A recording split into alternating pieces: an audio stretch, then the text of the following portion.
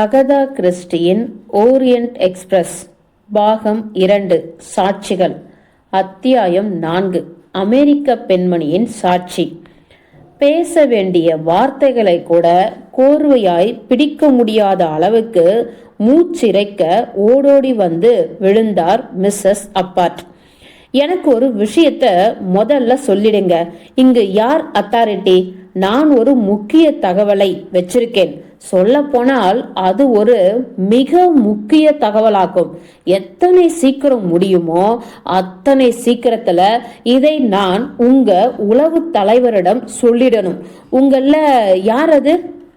அவருடைய அலைப்பாயும் கண்கள் ஒவ்வொரு ஆடவராக மாறி மாறி அல்லாடின. பாயிரோ வளைந்து முன்னுக்கு வந்தார். என்கிட்ட சொல்லுங்க மேடம் என்றார். ஆனா முதல்ல ப்ளீஸ் உட்காருங்க. அவருக்கு முன்னால் இருந்த இருக்கையில தன்னை ஒரு மூட்டையாய் போட்டுக்கொண்டு விழுந்தார் மிஸ்ஸஸ் அப்பார்ட். நான் உங்ககிட்ட சொல்ல வச்சிருக்கும் சமாச்சாரம் ஜஸ்ட் இதுதான். நேற்று ராத்திரி இந்த ட்ரெயின்ல ஒரு கொலை நடந்திருக்கு. அந்த கொலைகாரன் என் கம்பார்ட்மெண்ட்ல இருந்தான். தனது வார்த்தைகள் புயல் என ஒரு வீரியத்தை கிளப்பிவிட சிறு இடைவெளி கொடுத்தார். இதுல நீங்க நிச்சயமா தான் இருக்கீங்களா மேடம்? இல்லாமலா இவ்வளோ தூரம் வந்து மெனக்கிட்டு சொல்லிக்கிட்டு இருக்கேன். என்ன ஒரு கண்டுபிடிப்பு? என்ன பேசுறேன்னு தெரிஞ்சுதான் பேசிக்கிட்டு இருக்கேன். உங்ககிட்ட என்ன சொல்ல வேண்டியிருக்கோ அனைத்தையும் சொல்றேன், கேளுங்க. நான் படுக்கையில படுத்தேன், தூங்கிட்டேன். அப்புறம் திடுமுன்னு நான் விழிச்சேன். கும்மு இருட்டுல அப்படி ஒரு மை இரட்டு இருந்ததுப்பா. என் கம்பார்ட்மெண்ட்ல ஒரு ஆள் இருக்கான்னு தெரிஞ்சுக்கிட்டேன். அப்படி ஒரு பயம் என்னை கவ்வுச்சு. குரல் எடுத்து கத்த கூட முடியாம ஆனேன். அப்படியே மரம் போல கிடந்தேன் நான். கடவுளே, இப்ப நான் கொல்லப்பட போறேன் அப்படின்னு சொல்லிக்கிட்டேன். அப்பா, என் மனம் இருந்த குரூரமான நிலைமையை என்னால உங்களுக்கு வார்த்தைகள் போட்டு விவரிக்க முடியாது. ரயில் கொள்ளை, கொலை, அது இதுன்னு நான் படிச்ச அனைத்து செய்திகளும் மண்டைக்குள்ள ஓடுச்சு. என்னானாலும் அந்த கடங்காரனால என் நகைகளை எடுத்துட முடியாது. அவை அனைத்தையும் நான் ஒரு சிறு மூட்டையா என் தலையணைக்கு அடியில புதைச்சி வச்சிருந்தேன். இதனால தலையணை கொஞ்சம் தூக்கலா தெரிஞ்சது. படுக்க கூட வசதி இல்லாத ஒரு நிலை. இருந்தாலும் நகை மூட்டையால தான் இப்படி தூக்கிக்கிட்டு இருக்குன்னு யாராலும் சொல்லிட முடியாது. அது சரி, நான் எங்க விட்டேன்? உங்க கம்பார்ட்மெண்ட்ல மேடம். ஒரு ஆசாமி இருப்பதை நீங்க உணர்ந்தீங்க. Correct correct. அப்படியே கண்களை மூடிக்கிட்டு நான் கிடந்தேன். நல்ல வேலை என் பொண்ணுக்கு நான் இருக்கும் நிலைமை தெரியாதுன்னு சந்தோஷமும் பட்டுக்கிட்டேன். அப்புறமா எப்படியோ வராத தைரியத்தை நான் இழுத்து பிடிச்சு வர வச்சுக்கிட்டேன். அப்போதைக்கு என் கையை மட்டும் அசைக்கும் தெம்பை பிரயத்தனப்பட்டு ஏற்படுத்திக்கிட்ட நான் கண்டக்டருக்கான அழைப்பு மணியை அடிச்சேன். வந்தானா அவன்? இல்லையே. அமுக்கிக்கிட்டே இருந்தேன். மறுபடியும் அமுக்கினேன். யாரும் வரல. என் இதயமே நின்னுட்ட மாதிரி ஆச்சு. கடவுளேன்னு சொல்லிக்கிட்ட நான் இந்த கொலைகார பயலுங்க ட்ரெயினில் இருக்கும் எல்லாரையும் கொன்னுட்டானுங்கன்னு தான் நினைச்சுக்கிட்டேன். ட்ரெயினோ ஓடல. அச்சுறுத்தும் அப்படி ஒரு நிசப்தம். விடாம மறுபடியும் மணிய நானே அடிச்ச போது ஆறுதல் தென்பட்டது. யாரோ ஓடி வரும் சத்தம். தொடர்ந்து கதவு தட்டப்படும். டொக் டொக். வந்து தொலைங்கன்னு கத்திய நான் உடனே விளக்குகளையும் போட்டுவிட்டேன். இப்ப நான் சொல்வதை நீங்க நம்புவீங்களா? அங்க உள்ள வேற ஒரு நாதியும் கிடையாது. இது ஒரு தேவைப்படாத திருப்பம் என்பதை விட ஒரு உச்சக்கட்ட திருப்பமாய் மிஸ்ஸஸ் அப்பார்ட்டுக்கு தென்பட்டது. அப்புறம் என்ன நடந்தது மேடம்? என்ன நடக்கணும்? வந்தவங்கிட்ட உள்ள என்ன நடந்ததுன்னு சொன்னேன். அவன் நான் சொன்னதுல ஒரு துரும்ப கூட நம்பல. அத்தனையும் நான் கனவு கண்டிருக்கணும்னு அவன் நினைச்சுக்கிட்ட மாதிரி தெரிஞ்சது. படுக்கைக்கு அடியில பார்க்கும்படி நான் சொன்னேன். அங்கே ஒரு ஆள் தன்னை மடக்கி ஒளிச்சுக்கும் அளவுக்கு இடம் கிடையாதுன்னா அவன். அந்த ஆள் தப்பிச்சு வெளியில போயிட்டான் என்பது ஊர்ஜிதமாச்சு. ஆனா அங்கே என் கம்பார்ட்மெண்ட்ல ஒரு ஆசாமி இருந்தான். இந்த கட்டத்துல என்னை அந்த கண்டக்டர் பைய சமாதானப்படுத்த முயற்சித்தான். பத்திக்க வச்சுது. நான் கற்பனை பண்ணிக்கிட்டு பேசும் வகை கிடையாது மிஸ்டர். உங்க பேர் எனக்கு தெரியலையே. பாயிரோ மேடம். இது மிஸ்டர் பவுக், இந்த ட்ரெயின் கம்பெனியின் டைரக்டர். இது டாக்டர் கான்ஸ்டன்டைன். முணுமுணுப்பாய், உங்க அனைவரையும் பார்த்ததுல சந்தோஷம் என்று மெதுவாய் சொல்லிவிட்டு பிறகு தனது கச்சேரிக்குள் சப்தமாய் நுழைந்து கொண்டார் மிஸ்ஸஸ் அப்பர். நான் என்னை ஒன்னும் பெரிய புத்திசாலியா காட்டிக்க விரும்பல. பெட்டிக்குள்ள இருந்தது அந்த பகுதியிலிருந்து வந்த ஆசாமியாதான் இருக்கணும்னே நான் முதல்ல நினைச்சேன். அதாவது கொல்லப்பட்ட ஆசாமிய சொல்றேன். இந்த 2 கம்பார்ட்மெண்ட்டுக்கும் இடைப்பட்ட கதவை நான் பார்க்க சொன்னேன் கண்டக்டர் கிட்ட. ஹோ, நிச்சயமா அது தாழிடப்படல. நானே அதை பார்த்தேன். அப்பவே உடனே அத தாளிடுமாறு அவன்கிட்ட சொன்னேன். அவன் போனதும் என் சூட்கேஸ்ல ஒன்னை எடுத்து அதுக்கு முன்னாடி வச்சிட்டேன். இதெல்லாம் எத்தனை மணிக்கு மிஸ்ஸஸ் அப்பர்? என்னால நிச்சயப்படுத்தி சொல்ல முடியல. மணியெல்லாம் நான் பார்க்கல. துடிச்சு போயிருந்தேன் நான். சரி, நீங்க இப்ப சொல்ல விரும்புவது என்ன? வெளிப்படையா ஒரு சமாச்சாரம் எப்படி இருக்கணுமோ அந்த அளவுக்கு வெளிப்படையா இல்லையா நான் சொன்னது? என் கம்பார்ட்மெண்ட்ல இருந்த ஆசாமி தான் கொலைகாரன். வேற எவனா அது இருக்க முடியும்? பிறகு அடுத்து இருக்கும் கம்பார்ட்மெண்ட்டுக்குள்ள அவன் போயிட்டானா நீங்க நினைக்கிறீங்க? அவன் எங்க போய் ஒழிஞ்சான்னு எனக்கு எப்படி தெரியும்? நான் தான் என் கண்களை இறுக மூடி இருந்தேனே. நுழைவு கதவு வழியா அவன் வராண்டாவுக்குள்ள நழுவிருக்கணும். வெல், எனக்கு தெரியாது. நான் கண்களை இறுகி மூடிக்கிட்டு இருந்தேன். மிஸ்ஸஸ் அப்பாட் நரம்பு திருகியவரை போல ஆனார். கடவுளே, நானு அப்படி ஒரு பயத்துல கிடந்தேன். என் மக இருந்திருந்தால் அவளுக்கு தெரிஞ்சிருக்கும் நான் படும் பாடு. மேடம், நீங்க கேட்ட ஓசைகள் எல்லாம் அடுத்த கம்பார்ட்மெண்ட்ல, அதாவது கொலையானவருடைய கம்பார்ட்மெண்ட்ல உருவான ஓசைகள்னு நீங்க நினைக்கவே இல்லையா? நோ, இல்லை, நான் நினைக்கல. என்னது உங்க பேரு? மிஸ்டர் பாயிரோ. அந்த ஆசாமி என்னோட கூட என் கம்பார்ட்மெண்ட்லயே தான் இருந்தான். வேணும்னா என்கிட்ட அதுக்கான சாட்சி இருக்கு. வெற்றி முழக்கமாய் ஒரு கைப்பையை முன்னால் எடுத்து விரித்தார் அவர். அதன் உள்ளிருக்கும் சமாச்சாரங்களை களைய ஆரம்பித்தார். 2 பெரிய சுத்தமான கைக்குட்டைகளை வெளியில் எடுத்தார். 2 மூக்கு கண்ணாடிகள், ஆஸ்பிரின் கொண்ட பாட்டில் 1, சிறு உப்பு பெட்டி, பிரகாசமான பச்சை நிறத்தில் மிட்டாய்கள், சாவி கொத்து, 1 ஜோடி கத்திரிக்கோள், அமெரிக்கன் எக்ஸ்பிரஸ் காசோலை புத்தகம், அசாதாரண வெகுளித்தனம் பொங்கும் ஒரு சிறு குழந்தையின் புகைப்படம், சில கடிதங்கள் மற்றும் முத்துக்கள், ஒரு சிறு உலோக பட்டன். இந்த பட்டனை பார்த்தீங்களா? வெல், இது என்னுடைய பட்டன் கிடையாது. என் துணிமணிகள்ல இருந்து விழுந்த பட்டனும் இல்ல. இன்னைக்கு காலையில எழுந்த போது இதை நான் பார்த்தேன். அதை அவர் டேபிளில் வைத்த போது ஒரு ஆச்சரிய துணுக்குரலோடு முன்னுக்கு வந்தார் பவுக். இது ட்ரெயின் பணியாளனுடைய சட்டையிலிருந்து விழுந்துள்ள பட்டன். இதுக்கு ஓர் ஒப்புக்கொள்ளக்கூடிய விளக்கமும் இருக்கலாம் என்றார் பாயிரோ. பிறகு பெண்மணியை நோக்கி மிருதுவாய் திரும்பினார்.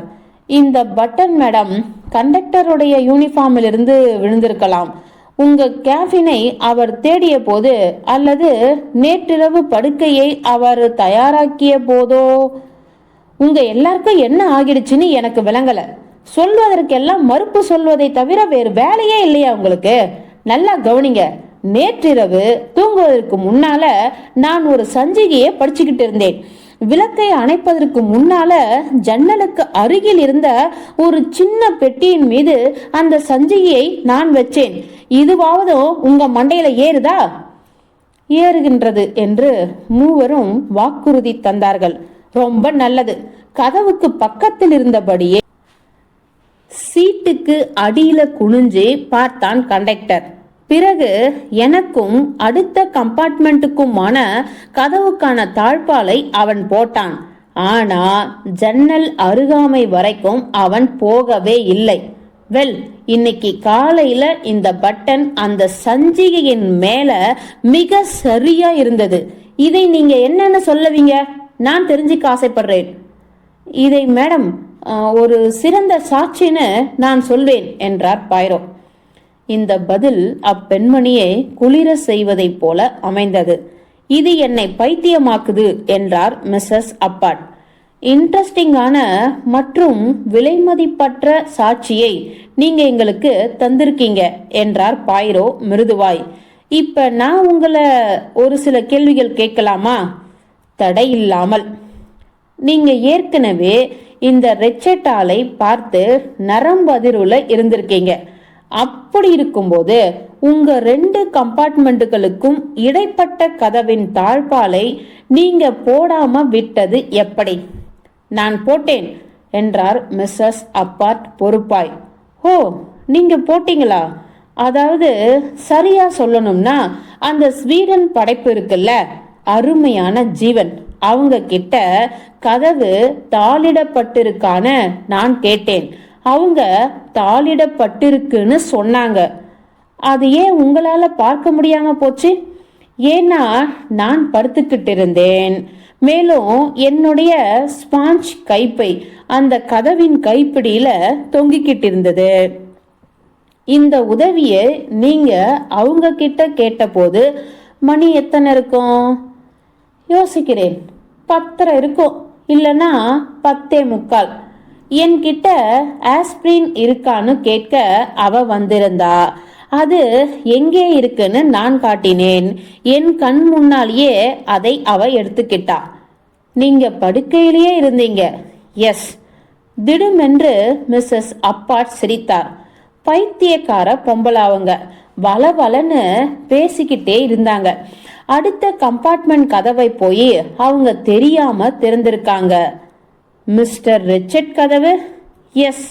எல்லா கதவும் மூடி இருக்கும் போது எது யார் கதவுன்னு ஒரு குழப்பம் வரதானே செய்யும். தெரியாம திறந்திருக்காங்க. இதனால அவங்க ரொம்பவும் கலங்கி போயிருந்தாங்க. அவங்களை பார்த்து சிரித்தாராம் அவர். சொன்னாங்க, வேற ஏதாவது அசிங்கமா கூட அவர் சொல்லிருக்கலாம். பாவம், அவங்க நொறுங்கி இருந்தாங்க. ஹோ, நான் தப்பு பண்ணிட்டேன். தப்பு பண்ணிட்டேன். ச்சே, அவன் நல்ல ஆள் இல்ல என்றார். வயசான நீங்களுமான கேட்டாராம் அவர். டாக்டர் கான்ஸ்டன்டைன் தொண்டையை கமர உறைந்து போய் அவரை பார்த்தார் மிஸ்ஸஸ் அப்பாட். அவர் ஒன்னும் நல்ல ஆசாமி கிடையாது என்றார் மிஸ்ஸஸ் அப்பாட். ஒரு பொண்ணு கிட்ட அப்படியா பேசுவது? இதை சொன்னா என்ன கமரல் வேண்டி கிடக்கு? டாக்டர் கான்ஸ்டன்டைன் அவசரமாய் மன்னிப்பு கோரினார். வச்சுக்குங்க என்றார் மிஸ்ஸஸ். அப்புறமா நீங்க மிஸ்டர் ரிச்சர்ட் கம்பார்ட்மெண்ட்ல ஏதாவது அரவங்கள் கேட்டீங்களா கேட்டார் பைரோ. வெல், எக்ஸாக்டா இல்ல. இந்த பதில நீங்க என்ன உணர்த்துறீங்க மேடம்?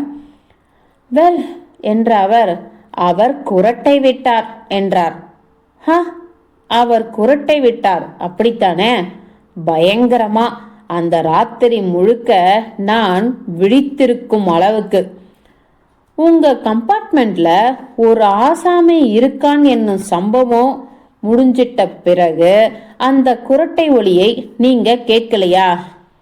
எப்படி மிஸ்டர் பைரோ? அது எப்படி முடியும்? அவர் செத்துட்டாரே.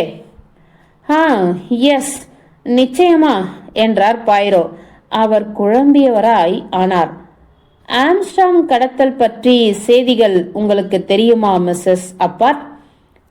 எஸ், தெரியும். எப்படிப்பட்ட கொடூரமான மனுஷங்களுக்கு நடுவுல நாம வாழ வேண்டியிருக்கு பாருங்க. என் கையில மட்டும் மகனே அவன் கிடைச்சிருந்தானா தப்பிச்சிருக்கவே முடியாது. அவன் தப்பிக்கல, அவன் செத்துட்டான் நேற்று ராத்திரி. என்ன சொல்ல வரீங்க? ஏற்பட்ட கிளர்ச்சியால் தன்னுடைய இருக்கையிலிருந்து பாதி எழுந்து விட்டார் மிஸ்ஸஸ் அப்பாட். எஸ், ரிச்சர்ட் தான் அந்த ஆள். ஐயோ ஐயோ, இத முதல்ல நான் என் பொண்ணுக்கு எழுதி தெரியப்படுத்தணும். அவன் முகரை ஒரு பேய் போல இருக்குன்னு நான் நேத்து ராத்திரியே சொல்லல. நான் சொன்னதான் சரி, விளங்குதா? என் பொண்ணு எப்பயுமே சொல்லுவா, நீ எப்பமா தப்பா சொல்லிருக்க. ஆம்ஸ்டாம் குடும்பத்தினர் யாருடனாவது உங்களுக்கு பரிச்சயம் இருக்கா மேடம்?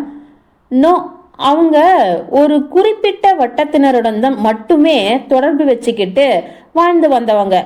ஆனா மிஸ்ஸஸ் ஆம்ஸ்டாங் ஒரு அமெரிக்கையான நல்ல பெண்மணின்னு நான் அடிக்கடி கேள்விப்பட்டிருக்கேன். அவ கணவன் அவங்கள ஆராதிச்சிருக்கார். வெல் மிஸ்ஸஸ் அப்பாட், நீங்க எங்களுக்கு உதவி பண்ணிருக்கீங்க, ரொம்பவுமே பெரிய உதவி பண்ணிருக்கீங்க. உங்க முழு பெயரை தரலாமே? நிச்சயமா, கரோலின் மார்த்தா அப்பாட். உங்க முகவரியை இங்கே எழுதி தர முடியுமா? எழுதி தந்தார். பேச்சினை நிறுத்தி கொள்ளாமல், என்னால இன்னமும் நம்ப முடியல. கெசட்டி இந்த ட்ரெயின்ல? அந்த ஆளை பற்றி எனக்கு ஆரம்பத்துல இருந்து அபிப்பிராயம் கிடையாது. என்ன சொல்றீங்க பாயிரோ?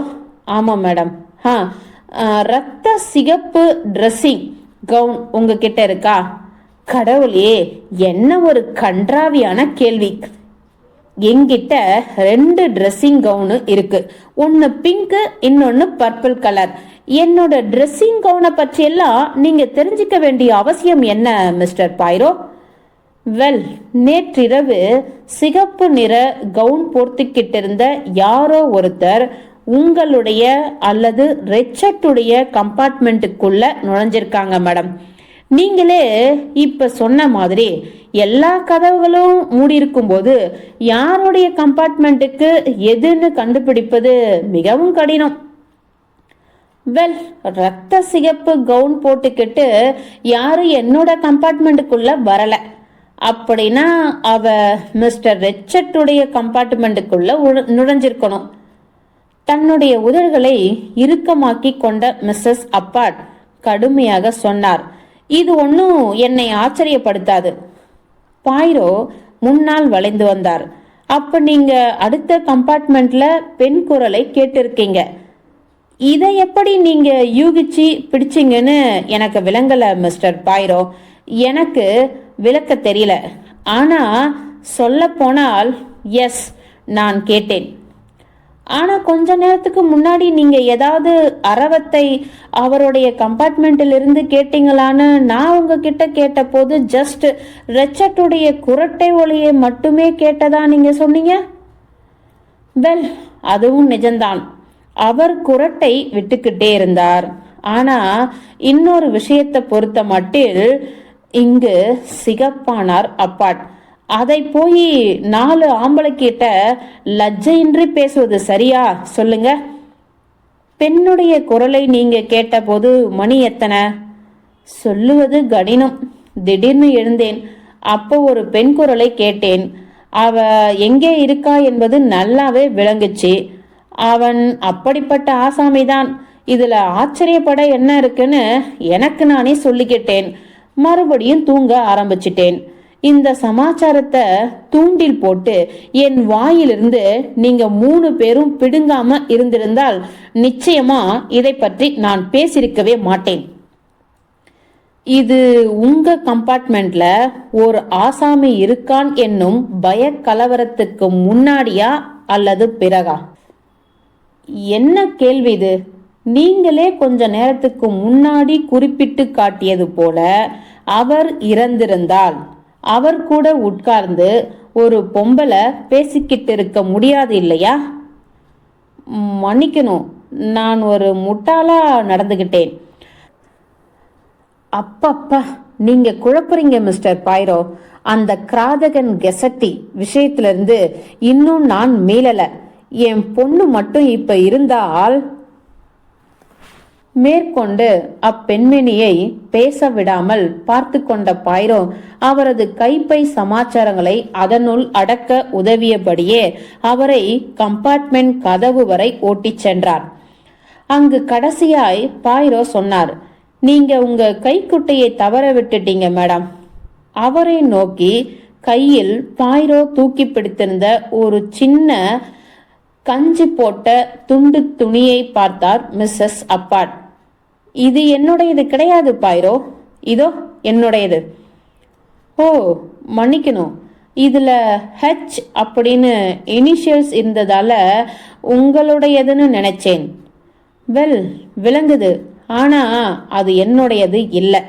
என்னுடையதுல CMH அப்படின்னு இருக்கும். மேலும் இவை உபயோகப்படுத்த வசதியா இருக்கும். நீங்க தூக்கி காட்டுவதை போன்ற கைக்குட்டைகளை எல்லாம் யாருடைய மூக்குக்கு என்ன புண்ணியம் செஞ்சிட போகுது? இக்கேள்விக்கு அங்கிருந்த 3 ஆண் மகன்களிடமும் உகந்த விடை இருப்பதைப் போல தெரியவில்லை. ஆகவே வெற்றி முழக்கமாய் வெளியேறினார் மிஸ்ஸஸ் அப்பாட்.